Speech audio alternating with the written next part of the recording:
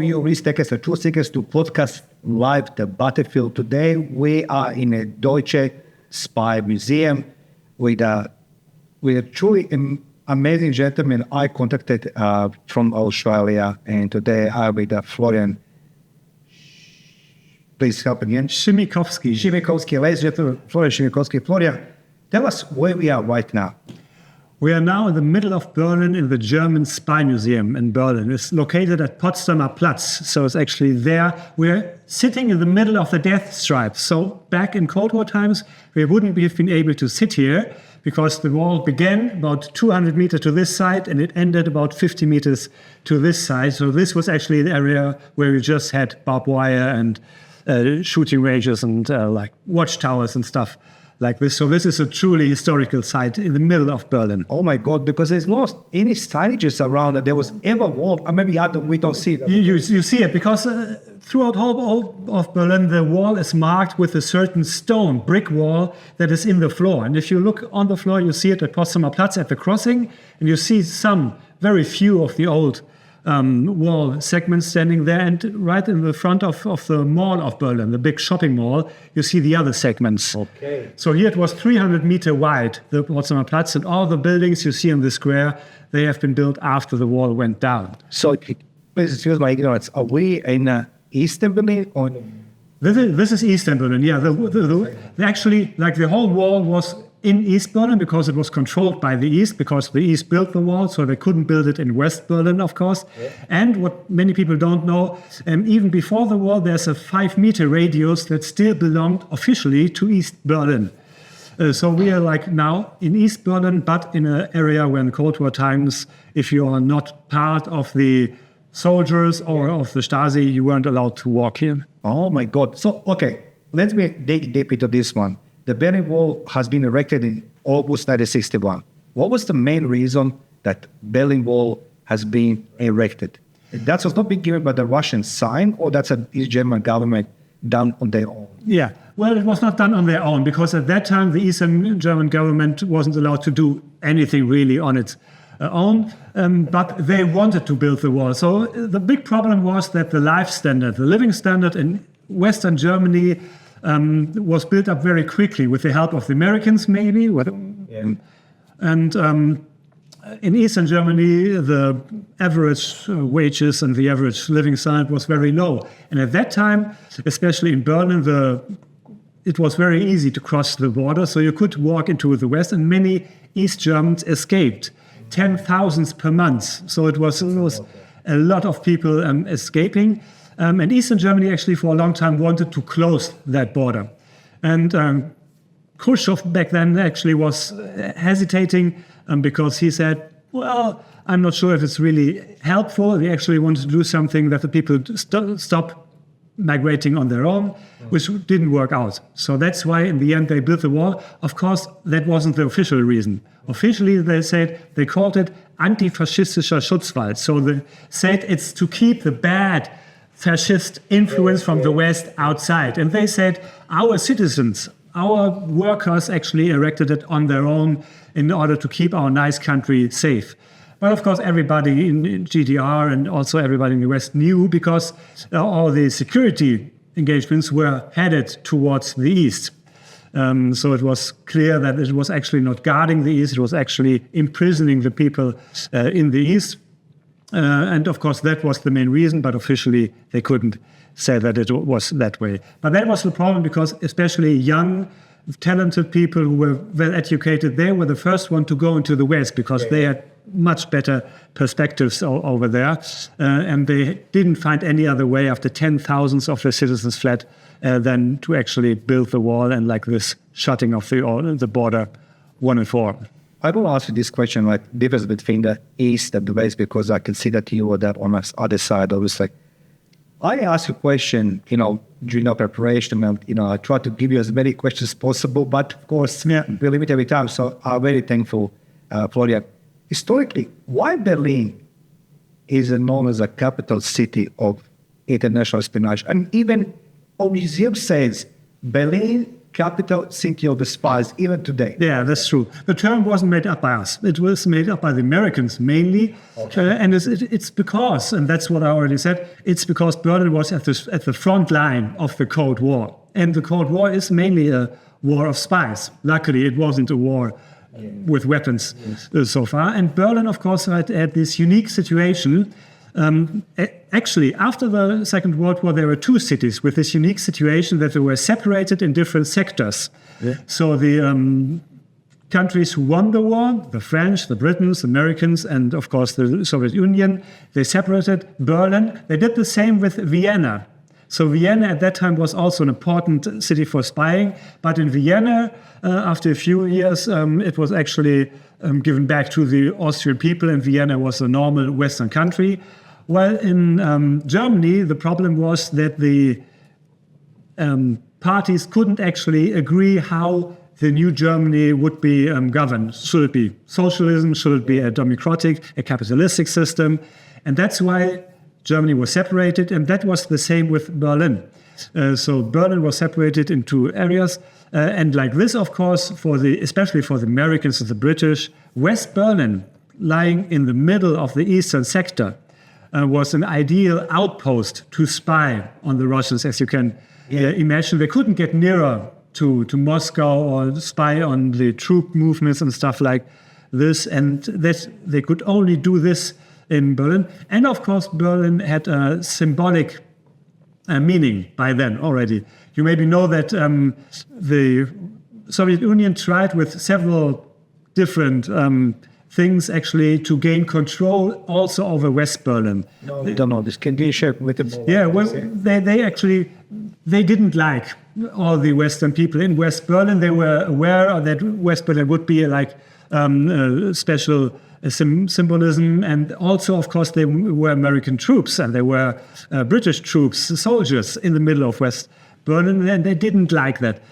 So the most famous story is that at one time, because there were special routes, special highways that the Western people from West Germany, in order to get to West Berlin, could use. They were allowed to use this, and at a certain point in the late 1940s, Soviet Union decided to shut down those routes completely. So they said, we shut down these routes, so by water or by like normal car traffic and truck traffic, you are not allowed to reach West Berlin.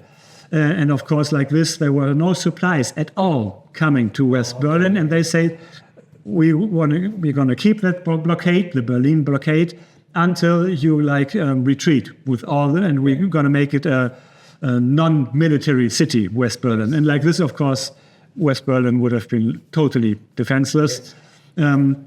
And of course, everybody was desperate because everybody thought we couldn't, all the people in West Berlin are going to starve. They're not going to have enough coal, enough food. But there was one thing that the Russians couldn't shut down, and that was the traffic, the airways, air traffic ways. There were 3 routes that the British and Americans could still use. But of course, supplying a huge city like West Berlin still was, only via air traffic was quite a thing.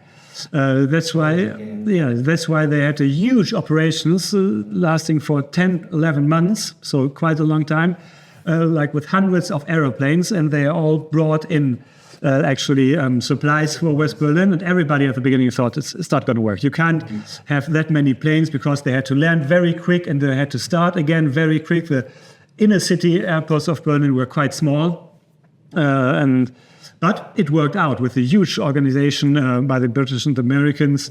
They were able actually to supply Berlin, and 2 main important things from this operation was, on one hand, that the Soviet Union at that time saw, it's not working, the blockade is not working, so we're going to give it up. And the other thing was that it shifted the whole relation between the West German people and the American and the British, because before that, they were the people who invaded the country, who occupied the country after World War II, and they were seen as such people. Yes. And after the West Germans and West Berlin saw, the Americans and British are actually doing this effort to help the people in West Berlin survive, that shifted and made them actually friends. So the whole relation between Western Germany and the Americans and British is very much built up on this episode of German history. The trust that built. The whole relation changed, and after that, they built up more and more friendship, and after that, they weren't seen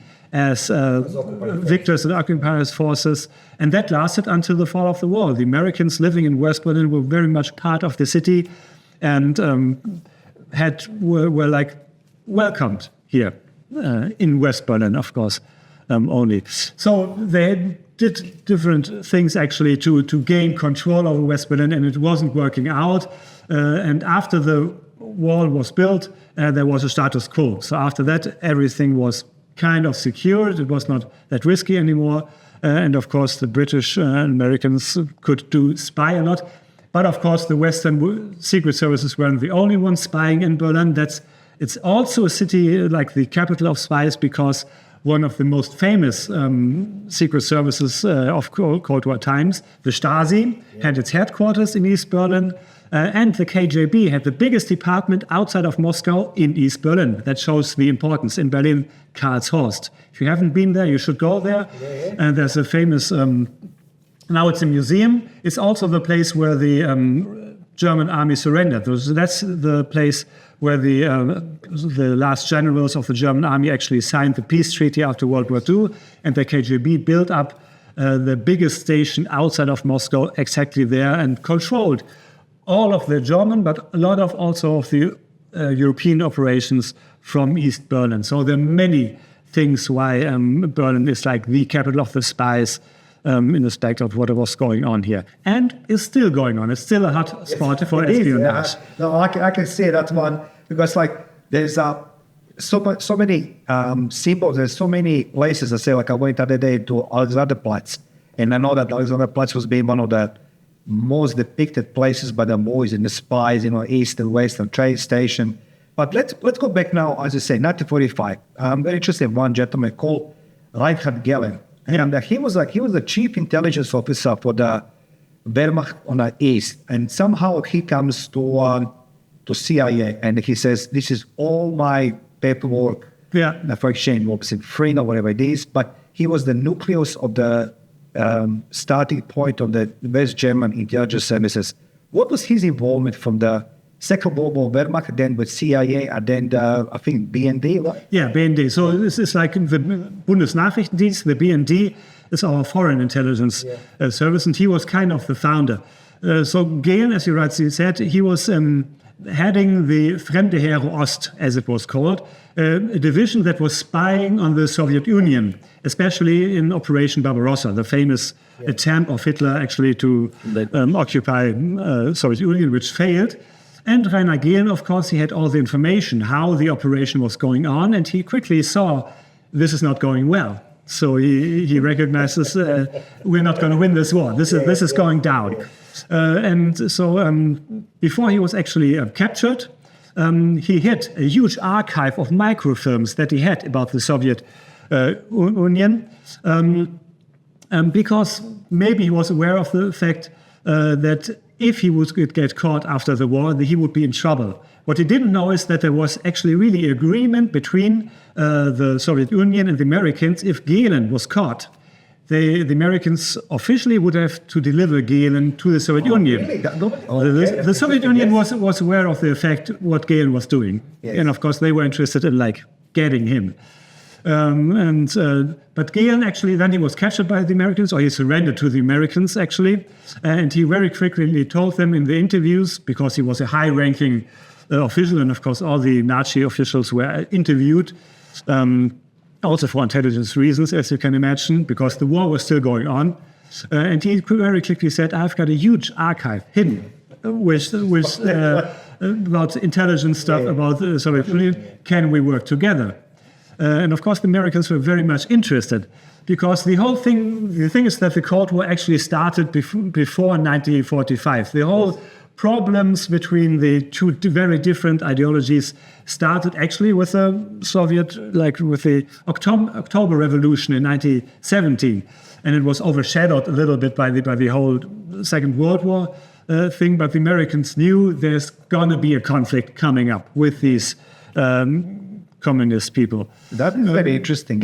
Now, like I'm in museum, you're leading this museum, right? You're the senior collector officer. Yeah, I'm head of collections at the moment, yeah. So I built up the whole museum. I've been working here since 2015, since we opened the museum. At the moment, I'm head of collection. Back then, I was like only doing the whole preparation. No, you're like a walking encyclopedia, right? Okay. Yes, you are. Because when you talk to the source of the people who live here, who deal with these things, that's where the facts coming. Now, I went to the different museum, your competitors, let's go say. We're always colleagues. I went there on a Saturday, and it is what I expected. Cold, big, huge, very intimidating building. And, I can relate something to the communism. My grandfather was a second in charge in Yugoslavia of the secret intelligence services. But the thing was nothing what I walk in that building, right? But let's go demystify Stasi. Everybody talks about Stasi, about beating on people, Germans, right? Yeah. But Stasi is more than this, right? So would you share with us your view, your knowledge, why Stasi was launched, with what purpose? And if I'm correct, there's a lot of different departments in Stasi. I think that was the most efficient intelligence agency after all, not just the secret police. So please. Yeah, well, with the efficiency, it's a complicated thing. The Stasi is mainly famous because it's the only modern secret service that was dissolved and where we can actually get into the archives. Many people would now say, wait, the KGB was dissolved. No, it was not dissolved. It was reorganized. But the archives are still existing in the Lubyanka and stuff like this, and it's still ongoing. And I know from very secure sources that the people working for the, nowadays Russian secret services, they still call themselves KGB, pride. So the Stasi was the only secret service that was dissolved. That's why we know so much about the Stasi. We have all the documents. We have many Stasi spies who are burned now and who went to prison, and that's why it's so famous. But it's maybe not the most efficient because I'm having a lot of in the end now. In the end, they weren't actually expecting what was happening with the fall of the GDR and stuff like this. So they knew it was going to happen, right? No, they were actually surprised. At the beginning, they tried even to monitor all the demonstrations coming up in 1998 and 1989 and stuff like this. 1988 and 1999. Sorry. 1989, yes, yeah. No, it's very close. It happens to me as well, yes. And so they were trying to monitoring is and trying even to what they did before, to actually filter out the people who were organizing the demonstrations and imprisoning them. But after the while, they couldn't make it anymore. So they were just watching and making the videos, but they were just like, okay, we can't do any thing. So they were. But I'm getting always to the end of the Stasi. The Stasi was built up actually for the same reason that all the Staatssicherheit, all the state securities in Eastern, in the Warsaw Pact, like the KGB, or the state security of the Poland or of Czechoslovakia, or even of China and so on, they are all built up as massive institutions that incorporate everything. So they are interior secret service, they are also foreign espionage, they are also secret police, and they even have jurisdictional, that's the right word. So they were allowed to imprison people and stuff like this. So they had even police rights. So they were a huge institution that could do kind of everything. And they call themselves, and that puts it quite close to what they actually were, the shield and the sword of the party. That's interesting. So their main job was actually to secure the power of the one party. They were called German Democratic Republic, but it was not democratic. You could actually only vote one party, and that was the ruling party. And the Stasi was actually the instrument they used to control their people, to monitor their people, to spy on their people, to put terror on their people, and if they had to, even to imprison people who were actually working against the government. So everybody was actually even kind of a little bit criticizing the politics of the government was for the Stasi automatically enemy of state. Very excited. And of course, nowadays, to be a real enemy of state, you have to be like really into crimes and to do something serious. In GDR, it was something different. If you were opponent to the government, you were an enemy of the state. And it could get complicated because the East German state was controlling everything. You couldn't freely decide what to study, where to live, and so on, if they want to put pressure on it, and if they want to forbid you from studying certain stuffs, or even your kids from studying certain stuffs, or doing a certain job, then they could do that. And of course, you can put a lot of pressure on people if you have got that much of power. And the Stasi, as I said, they were actually the instrument actually to fulfill all those purposes. I was expecting the Stasi will go in a flame like Securitate in 1990 with in Romania with the Ceausescu. Yeah. They fought, you know what I mean? And they will, but still, Stasi, as you say, it wasn't just the only secret police, but foreign intelligence agency was successful. And has been linked with Markus Wolf. And I did more research about him, what I can find as well. They say that 20 years, CIA didn't know who is the guy who ran intelligence service, and he was on the day nose all the time.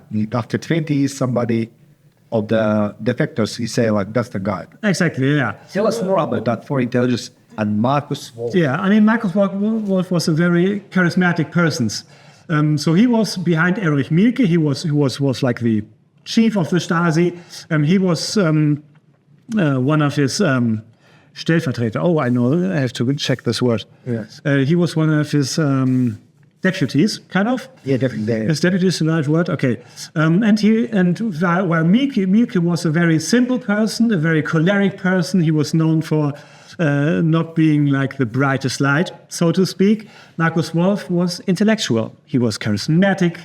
He was nice to speak with and stuff like this. And he was at the Stasi almost as long as Erich Mielke.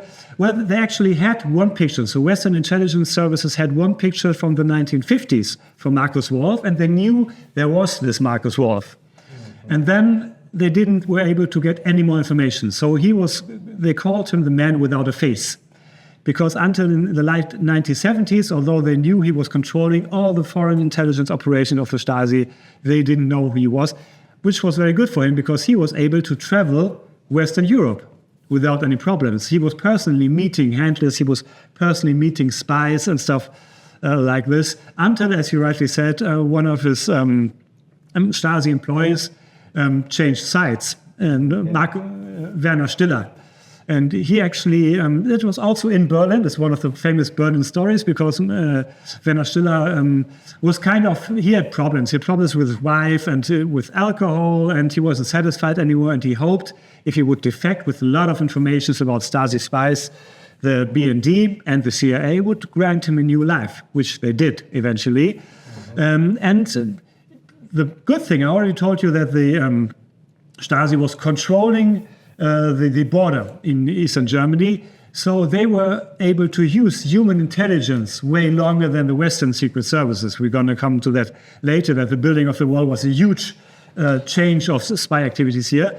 For example, in station Friedrichstraße, just like 10 minutes to walk from here, maybe if you've already been there, this was a place where there was actually a network of Western and Eastern trains crossing with each other. And of course, as Eastern citizens, you weren't allowed to go to the platforms of the Western trains, but the Stasi had hidden pathways to go there. And Werner Stiller used one of these pathways with a lot of information about Eastern spies to went into the West and go directly to the Bundesnachrichtendienst.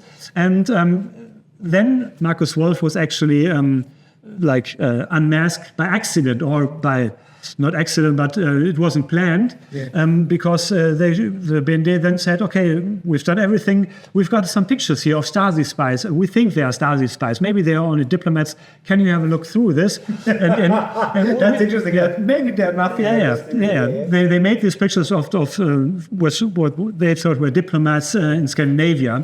And he was flipping through that, and he said, oh, that's Markus Wolf. And they said, really, that's Markus Wolf? And I said, yeah, I'm sure. You are sure? I'm sure, I just saw him 2 days ago. So, yeah, that's me. Micha Wolf, they called him Micha. And they were like, oh, amazing, that's him. Now we've got him. And they made a huge newspaper campaign, actually, to hit it to the Stasi and show them, now we've got him. Now we know his face. And, of course, he can't go to the West anymore. And, of course, it was a big defeat for the Stasi, as you can imagine. They finally had Markus Wolf.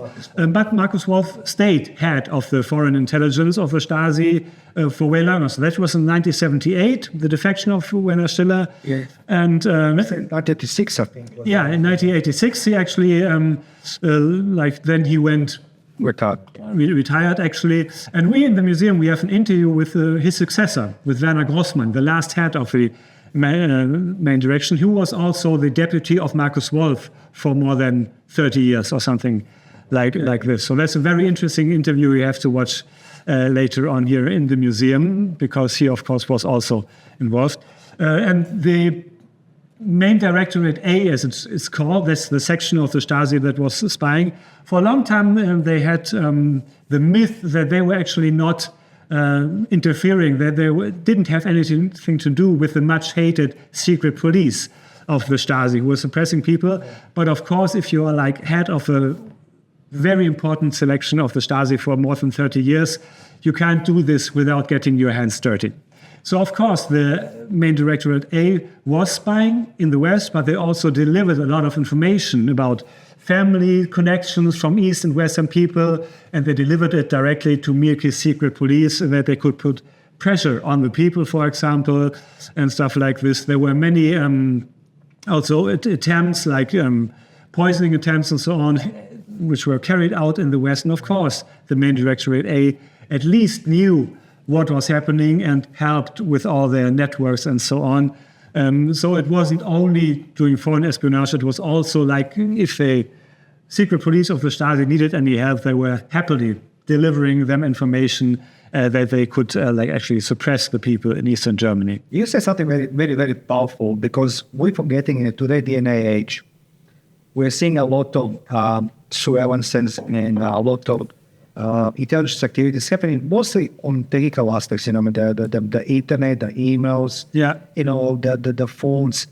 But still, one of the most powerful aspects is the human intelligence. And I want to ask you, you just started talking about this one. Once when the belly wall was raised, the all type of activities stopped, because much more easier to control who's coming in and out, to checkpoint Charlie, as you mentioned. But human intelligence actually evolved a lot. And I truly believe that Markus Wolf was one of who was using those spies to infiltrate the West. And one famous case was Bill Brandt, I think. One of his agents was actually working with Bill Brandt in West Germany chancellor. He was chancellor. So, can you just share with us how powerful actually was successful Markus Wolf foreign intelligence, human intelligence, when you combine this with a role? Yeah, of course. The Stasi was very successful to get important spies into the West, and also to get them into high ranks in politics, in military institutions, and stuff like this. On one hand, of course, as I said, they were able to use human spies because they had the control over the world, so they had secret pathways. On the other hand, especially in the student movement in Western countries, there was at that time a huge sympathy for the new ideologies. So the Stasi monitored communistic clubs in the West where students appealed, and they get into contact. Of course, they didn't go there and say, hey, we're from the Stasi.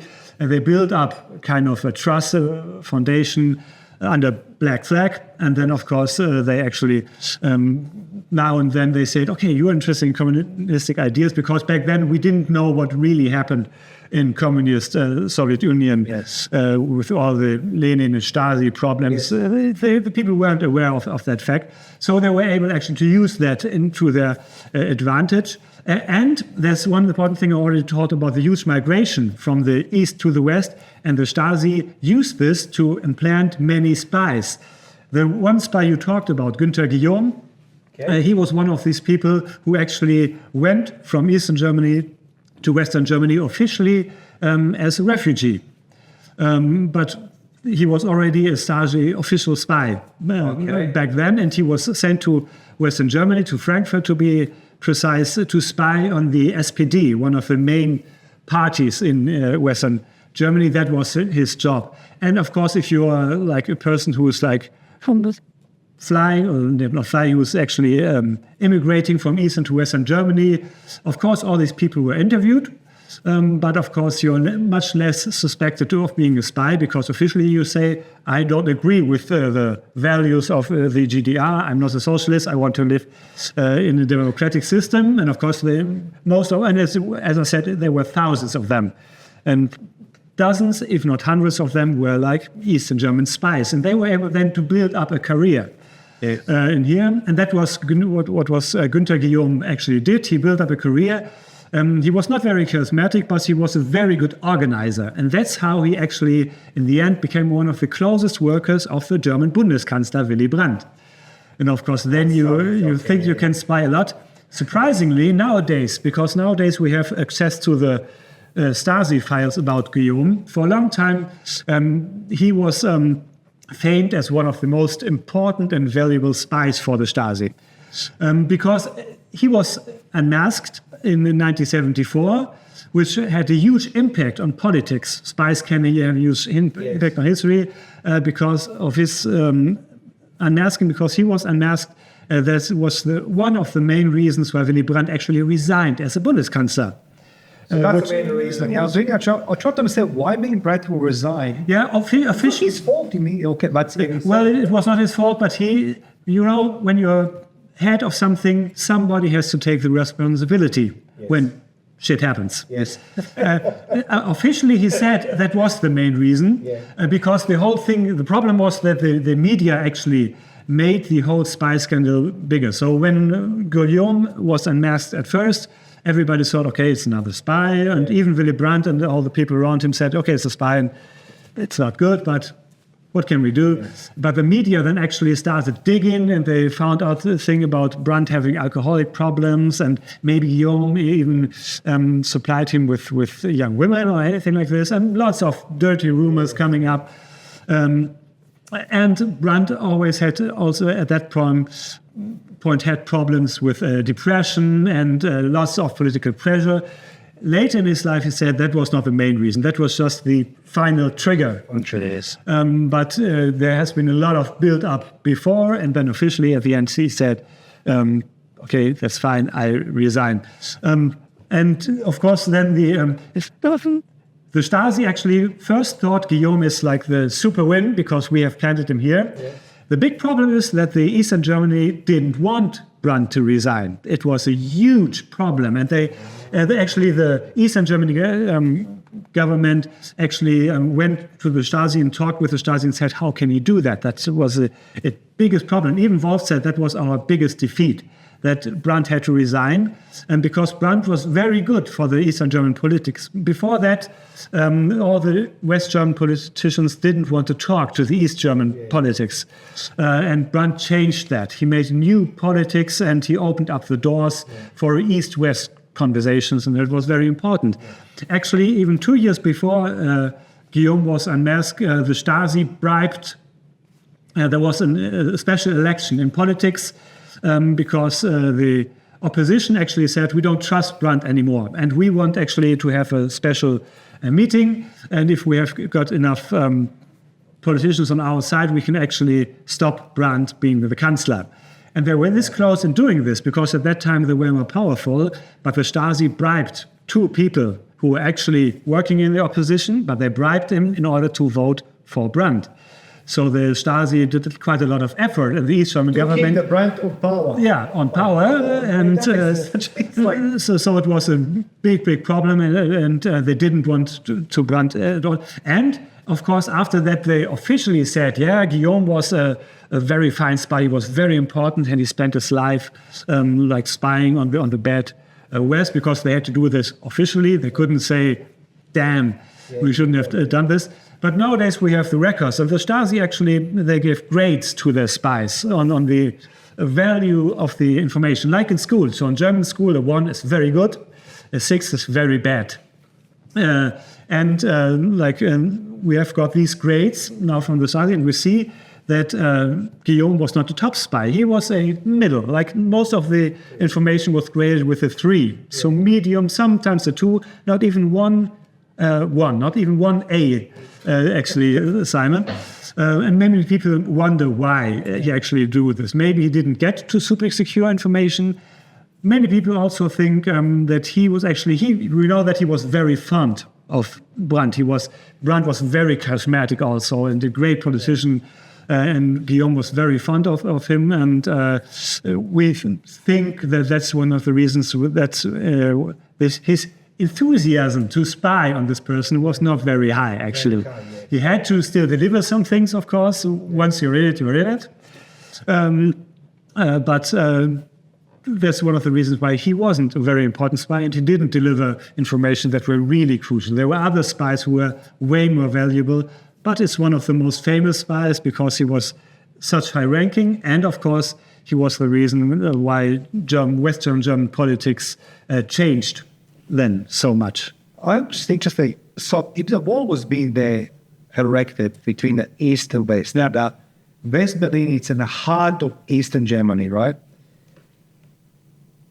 How difficult and how the spies from West or from East, how they commuted, you know what I mean? Like it's to the subject point, like a Charlie or something. So underground tunnels, or I don't know, like because there's a lot of the mysterious aspects of that type of exchange, because the wall was in the middle. Yeah, definitely. So as I said, with the East German intelligence services were able to use secret gateways because they were in control of certain gateways of closed down. There were many closed down subway stations in between East and West Berlin, which were controlled by the East. So they were able actually to use these spies. For the Western secret services, it was the end of the era. Like in the 1940s, 1950s, Berlin was also the capital of the spies because the British spies could walk into the Russian sector and spy on them. And the importance of human intelligence actually went down a lot. They lost almost all their networks in the East at once. In this one night where the wall was erected, the majority of all the networks they had in the East was gone. They couldn't use it anymore. And it was very complicated to put spies into the East. So they actually changed the game. For the Western intelligence services, after the wall was built, signal intelligence became more important. The most famous station, you can still see it as a ruin, is on the Teufelsberg, the Devil's Hill. It's a field station in Berlin built by the Americans and used by the Americans and the British because it was in the British sector. Yes. So the British allowed them to spy on them. At that time, it was the highest hill in Berlin, 16 meters high, and like this they spied. And we know that the field station in Berlin, that's also one of the reasons why Berlin is the capital of the spies. Officially it was operated by the US military, but all the orders and the equipment and so on, it was NSA stuff. NSA stuff, yeah. And we know that it was during the Cold War times one of the most important NSA stations. They had the most new equipment there. We know that they also tested new stuff, new spy equipment technology that they just came up with. They tested it here in Field Station Berlin. There's this famous Travis Award that is given by the US government to the signal intelligence stations, and they have like hundreds worldwide. And every year they give the Travis Award to one of their stations for the most important information material. And the Field Station Berlin is the only station in Cold War times that got this award 4 times. So that shows how significant they actually were. The Americans, the allies or NATO, whatever you want to call them, they spy using signal intelligence. So they use that to monitor the radio traffic, obviously. Yeah, everything they could actually get. So of course it was mainly radio traffic, whatever they could get. Mainly, of course, they were interested in military movements. The main aim actually was to figure out, because there was not only East German military troops in Eastern Germany, there were also huge compartments of like the Soviet army actually, and they always wanted to figure out if there were changes that were indicating they were planning some kind of attack. That was one of the main reasons why they spied in Cold War times.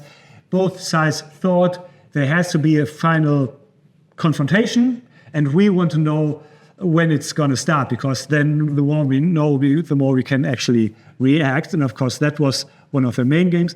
But of course, what we assume is that once they have all their technology there, they also spy on Western German politicians. The thing is that we know very little what really happened inside the field station Berlin, because until nowadays, most what they actually collected is still classified. Yes. Okay. Yeah, and that's for a reason, because the field station Berlin isn't working from 1991.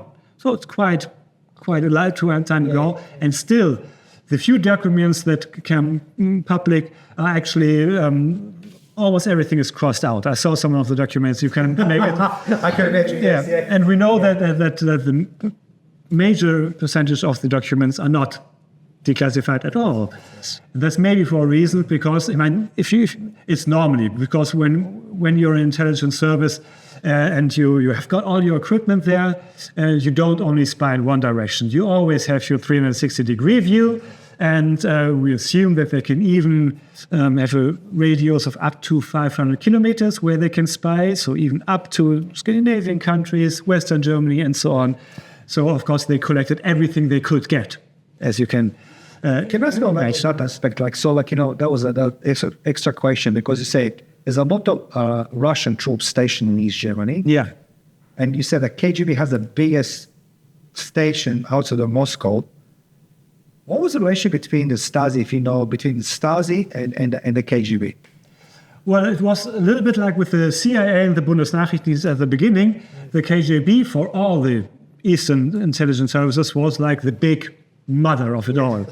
So it was always the thing that, especially in the early times, we know that the Stasi wasn't allowed to do anything without getting permission by the KGB. There were KGB officials, they had access to all the Stasi compartments. In the course of the years, of course, it changed a little bit, and the Stasi got a little bit more, they could a little bit more do their own stuff and stuff like this. But of course, the KGB was still the overall controlling system. So they were able to order the Stasi to do stuff, to deliver information. And the Stasi always wanted to be kind of liked like the KGB. If you were small secret services, and the Stasi had important spies. Besides Guillaume, as I said, they had really important spies within NATO. Rainer Rupp, for example, who was also, in a time witness interview in the museum he really delivered cosmic top secrets from the NATO to the Stasi. And of course, proudly, the Stasi showed this to the KGB and showed them, like, this is what we've got. But the KGB was the overall secret service. Spies, for example, like Putin, who was a KGB spy, and he worked in Leipzig. He was actually not a spy, he was kind of a handler. So he had different sources and kept his networks going. And a few years ago, in the Stasi documents, they discovered that he also had a Stasi ID card. And then they thought, oh, is he really a Stasi spy? We think not. We think that almost all of the high-ranking or middle-ranking KGB officials working in Germany, they all had Stasi ID cards in order to get access to Stasi buildings. So that was something that was delivered to them in order to... But it was a very, very close cooperation. Putin and Markus Wolf had the same modus operandi, because only record, actually, as you say, about Putin in Germany, it's that Stasi card, right? That's the only thing. But nobody doesn't know what he was doing here. So if I can ask you the question, now, once when this war of spies happened between East and West, some of them being caught, captured, and interrogated. And there is a famous movie, I think, The Bridge of Spies, isn't it? Yeah. Right? Mm-hmm. And while asking this in my document, can you just tell us more? Was it truth about exchange of spies on, please correct me, Glickner Bridge? Klinikerbrücke, yeah, Kliniker Bridge, yeah. Tell us the history about this stuff, because I apologize, I don't speak German, so like, Glickner Bridge, was it true? Is there so many exchange between the East and West of the spies, or maybe just a few? Yeah, actually many people are surprised. At the beginning, when they hear Glienicke Bridge was only used 3 times for spy exchanges. But of course, people have to keep in mind there aren't spy exchanges happening all the times. And the spy exchanges that happened on Glienicke Bridge were, on one hand, the most important in Cold War worldwide, and on second hand, the most percentage of spies were actually still exchanged on Glienicke Bridge. So with the famous Spielberg movie, Bridge of Spies, that's about the first exchange in 1962. So shortly after the wall was erected, of course, there had to be found new ways actually to communicate, because even if you're in a spy war, you have to communicate. And it was the first actually spy exchange in Cold War times between East and West after the wall was built. And it was very important that it worked out, because it was like if that didn't work out, maybe there wouldn't have been any more spy exchanges after that. That's why both sides were very nervous. We don't have one picture from the actual exchange from 1962, because both sides, of course, didn't trust each other. They weren't sure. We know, for example, the KGB forces arrived at the Glienicke Bridge, and they told the guards at the Glienicke Bridge, it was guarded by soldiers, they told them in their small booth, lay down and don't look. Something is going to happen, just lay on the ground and don't look. We don't want you to see anything, because they weren't sure. If something went wrong, we want to keep it secret. We won't tell anybody that something happened. So even the guards at the Glienicke Bridge, they were not allowed to see anything, and it all went only public after it actually went well. And that was the sign we can do the exchanges, okay, and Berlin is the spot where we can actually do the exchanges and will work out. So it was they were very nervous with the first exchange. And then it took until 1985 to the next exchange, so quite a few years. And also this exchange. So of course there were small exchanges in Berlin happening at Checkpoint Charlie, for example, single spies and stuff like this. But the exchange in 1985 was, as far as we know, the biggest spy exchange of all times. So also important. It were like 25 spies who were working for the CIA in Eastern Germany and were called by the Stasi and by the KGB, were exchanged for 4 KGB spies. So it sounds unfair, but it is not really unfair, because spy does not equal spy. If you're a spy, most secret services don't like to work with James Bond super spies. They like to work with small sources. So these CIA spies working in the East, they were actually collecting information like when they're living in a house and they were close to a road where military traffic was crossing by, they just noted which kind of traffic at what time. And they delivered this information, nothing more. You don't need full spy train to do this. A little bit of cryptography, a little bit of dead spots and stuff like this, dead drops, and that's it. So they normally have like 1 or 2 weekends of training. The good thing is they deliver information and the secret services can put together the information to get the big picture. But if these small spies are getting caught, they can't tell much. With knowledge that Stasi foreign intelligence was working, collecting information of their counterparts, and was, I don't know, Poland, Bulgaria, Romania, Russia against them. Did they ever done that type of work that they've gone? So as far as we know, they didn't spy. Those were like brother states. And of course, they knew that there were already state securities working in Eastern Germany. So of course, the Stasi knew when we want information, we go directly to this state. What they actually did was that they carried out some operations. For example, the recruitment operations. For example, the Eastern German people who went on holidays were only allowed to go to holidays, for example, in other Eastern countries.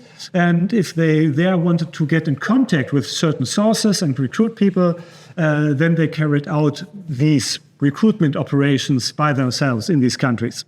But they didn't, as far as we know, spy really on the other governments. That would have been a big problem, as you can. How proud were they, by your knowledge, by your hands-on documents? I saw something in a Stasi museum, which is very interesting.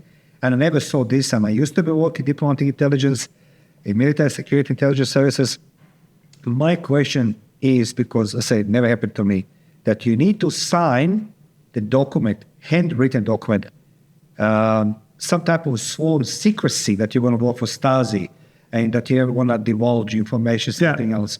How proud or how they recruited the Stasi officers, particularly for the foreign intelligence, because they're not here, can be supervised. They will be high valuable if they become double agents on a base. So yeah, that's the thing. Actually, it's the same thing with companies. So Secret Service work and company work is very similar. On one hand, of course, you can pay people a lot. Money is always one of the main things why people do things. Secret services, especially in Cold War times, didn't like money agents too much because on one hand, of course, another side can pay more money. So they're very... And the other thing is, if those sources don't have information, they sometimes started delivering rubbish in order to get money. So if you have only people working for the money, it's always a bit risky. If you have people who are working for you because you have a certain connection to them, they're working for the ideology, then it's way better. The same in the company. If you have a good working atmosphere here, you have the people who are like into the company and say, yeah, that company is good, or the Secret Service is good, it's doing a good thing. That's why they actually try to recruit those students who are actually interested in communistic ideas. And they try to indulge them with ideas like, you're doing something for the good of the world, actually. You're keeping the world in a... Yeah. So because there were a lot of anti-American residents in the students in Western Germany and in all the Western countries, because Americans, with all the rockets they placed in Europe, weren't very much liked, and the Stasi used this. Sometimes it was even a little bit annoying, because the Stasi always wanted to keep such a good bond with their spies that they didn't only send information, encrypted information that was valuable, but sometimes only like regarding personal matters. For example, Guillaume, that we talked to about, do you know how he was unmasked? He wasn't unmasked because of radio traffic that was super crypted. He was unmasked because the Stasi congratulated him to his birthday and to the birth of his kids. That's interesting. Yeah, that was so. Of course, nowadays you would think, oh, why would the Secret Service do this? Because every radio traffic that you do is more dangerous for the spy. They did this because they wanted to show the spy, you are valuable for us. You're more than just a spy. You're more than just a tool. You're part of the family, and we will take care of you. Another spy told me, you know the system with the one-time pads where you have to decrypt the thing. So you're listening to number stations on the radio and writing down this long numbers that you get, and then you can decrypt them with a handwritten system. It's quite annoying. It takes a lot of time. Yes. So you have to do it every week and tune in, and then you're listening to this, and then a lot of calculation to get actually the code right. And he said sometimes it was super annoying, because sometimes it took me like 2 or 3 hours to write down the code and then do all the math and getting the code right. And in the end, it was just something like, comrade, we're with you, all the best for the 1st of May, which is a big socialist Department Day. But that's what the Stasi and KGB did, actually made a bond with their spies. And of course, like this, the danger that the spies would actually change sides is way less, because they're not only working for money, they are working for the good thing. And why would they actually then, if they really think that the Western countries are the bad ones, why they actually would ever change sides and going to the Western secret services. And with the old Stasi spies I spoke so far, most of them are still very much convinced of that the West, even with Putin, the East, even with Putin, they are the harmless, peace-seeking nation. Even nowadays, that's the thing. It's a huge problem. That's still the thing they have got. It's just what it is. It's on one hand, it's brainwashed. I mean, nowadays, I think after many years, it's also, if they now would say, okay, I've been wrong, and obviously the East is maybe not as good as it's supposed to be, that would destroy everything they would have lived for, because many of them spent years in prison after they were in mask and stuff like this. And if they would nowadays say everything I did was wrong, it would crush all their life work. And maybe that's one of the reasons why they protect themselves and say, I think still nowadays, and that's what they even tell me, that Biden is the main war-driving force that's going on in Ukraine nowadays, and it's not Putin. Putin just wants peace. You can't argue with these people. Complicated. One of the last questions it is, so let's go back now 35 years. This year's going to be 35 years the Berlin Wall fell. In March 1989 was the last person being shot dead, tried to escape from east to the west. Yeah. But then happened Berlin Wall. Do you think that night, when this press release being done by this, I forgot his name, I wrote it down on paper. He was from Politburo. Yeah, I know. Schimikowski. He says, yeah, you can cross the border right now. Yeah. I think that was a deliberate mistake, or it was just a genuine mistake? And how this actually, the domino effect started, what's happened to Stasi from that moment, from 9th to November 1989, documents? Because I was seeing in the Stasi museum, they say the military prosecutor, he raided Stasi office. So I try to understand, where's now the military prosecutor comes in, please. Well, the thing is, of course, there has been a lot of happening before that famous night. For example, the Wolf department, the Foreign Intelligence Service of Eastern Germany, they even were allowed to actually destroy all their sources and all what they had, all the documents before that famous night, because before that they already got a feeling something is happening. There were these huge demonstrations. There were people actually escaping via eastern countries who were actually opening up the borders and so on. So there was also a lot going on. That's why we don't know much about the main Directorate A, because they were allowed to destroy their stuff before that. As far as we know, the person who actually made this announcement, he wasn't well informed. So here just the notion, and actually what we know nowadays, they wanted to make it controlled. So they just wanted to make the announcement, and then via the next day, they actually wanted to hand out the documents, and then the next days, people could actually start and cross the border. And he didn't have this information. He just had information, you can cross the border with certain normal documents, and it shouldn't be a problem. And one of the journalists asked him, when is this actually starting? And he said, he's flipping around his paper, and he said, well, actually, I don't know. As far as I know, from now on. And those were the words who were like the spark. Yeah. And people heard this in the news from now on, and all the people, East Berlin people actually went to the border, and the border guards didn't know a thing. Yeah. They didn't know anything. They hadn't heard of that, and suddenly hundreds, thousands of people were crowding up in front of the gates and shouting, "Open the wall." And the border guards actually then phoned to the Stasi and phoned to the headquarters, what's happening. They all said, we don't know anything, what's happening? At a certain point, and sometimes history is changed not by big people.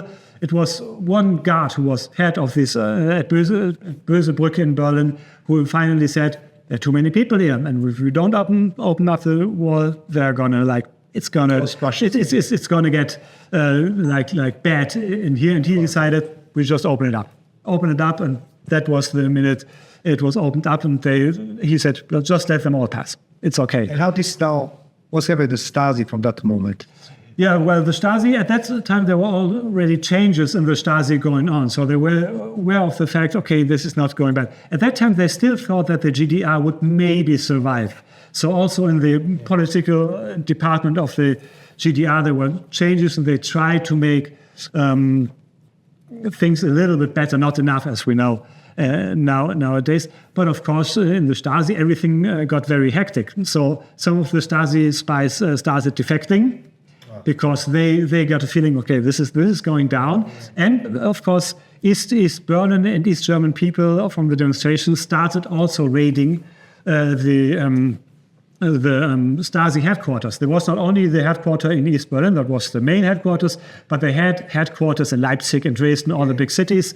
And word got out, they are starting to destroy the documents. That's what Stasi did, because Stasi knew then something is not good, so we're starting destroying documents, like erasing the traces.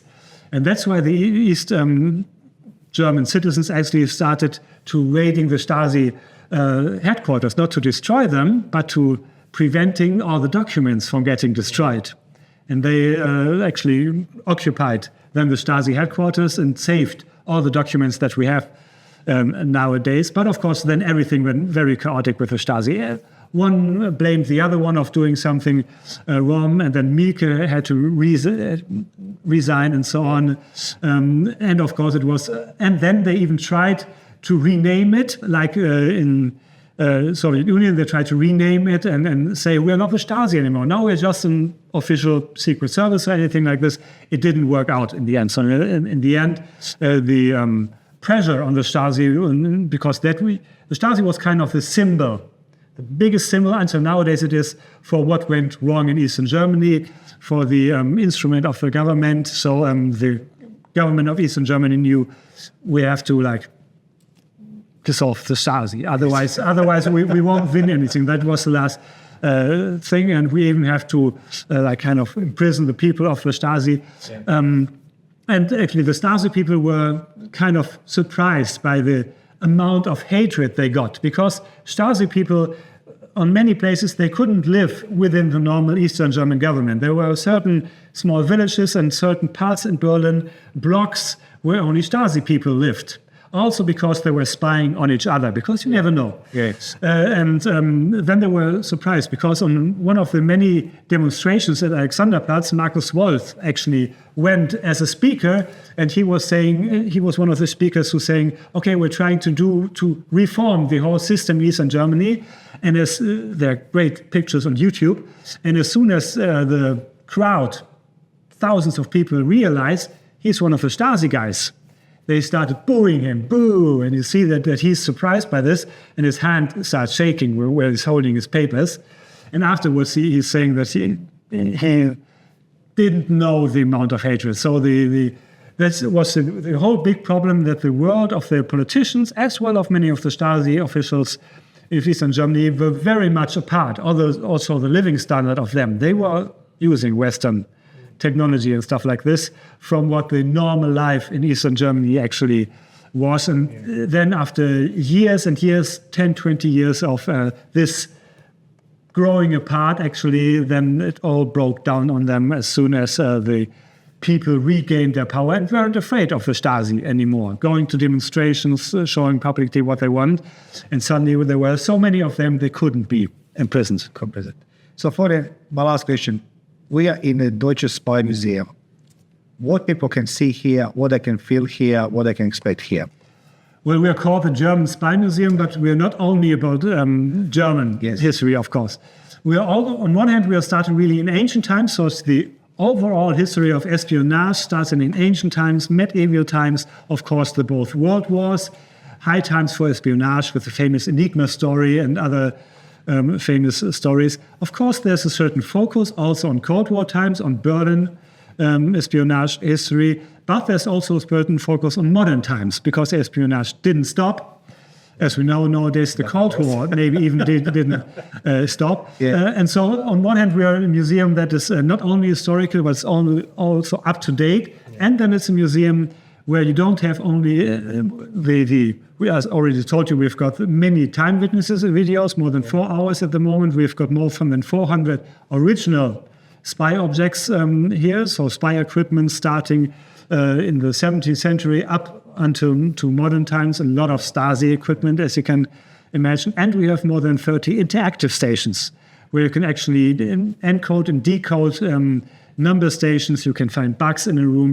We have got the only working lie detector in Berlin in here that you can actually try out and stuff like this. So it's a museum for all ages and all people. Whether you're interested in cryptography, in political history, or just in Stasi history, this is all in this museum, and we are always trying to make it better. So it's for all ages, for all people, for all nationalities. Florian, I'd like to say thank you on behalf of the viewers of the live debate. Thank you for for finding time to talk to me. You're welcome. It's a true privilege to sit here with you and learn firsthand, not just reading the books or internet, but somebody who really understands this topic. And guys, I'm inviting you all, Deutsches Spionagemuseum. I'm going to put the comment section below how we can come here and just enjoy the journey in a world of spies. Florian, thank you very much. You're welcome.